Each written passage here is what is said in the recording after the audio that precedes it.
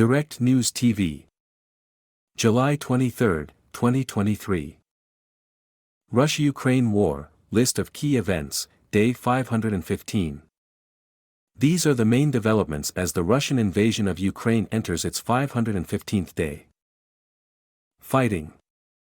Russia launched another wave of attacks on the Black Sea port of Odessa early on Sunday, killing 1 person and wounding 18, including 4 children, according to Ukrainian officials.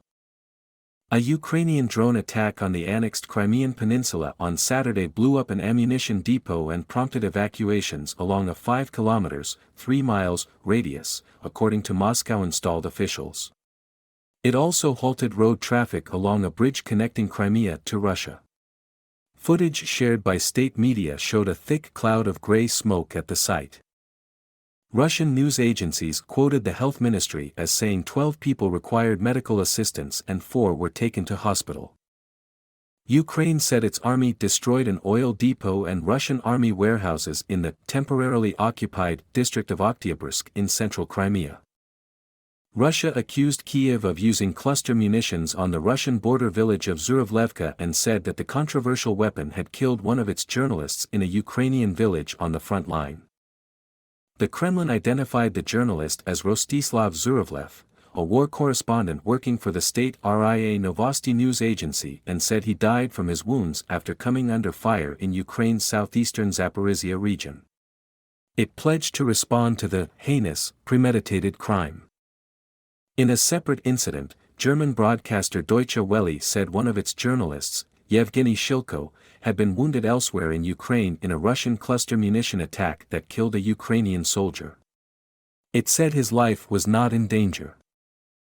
The Ukrainian Air Force said it brought down 14 Russian drones, including 5 Iranian-made ones, over the country's southeast overnight on Saturday.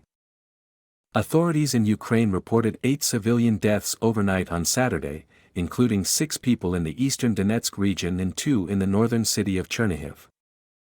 Diplomacy. Russian President Vladimir Putin and Belarusian leader Alexander Lukashenko will meet on Sunday, the Kremlin said, 2 days after Moscow warned that any aggression against Belarus, its neighbor and staunchest ally, would be considered an attack on Russia.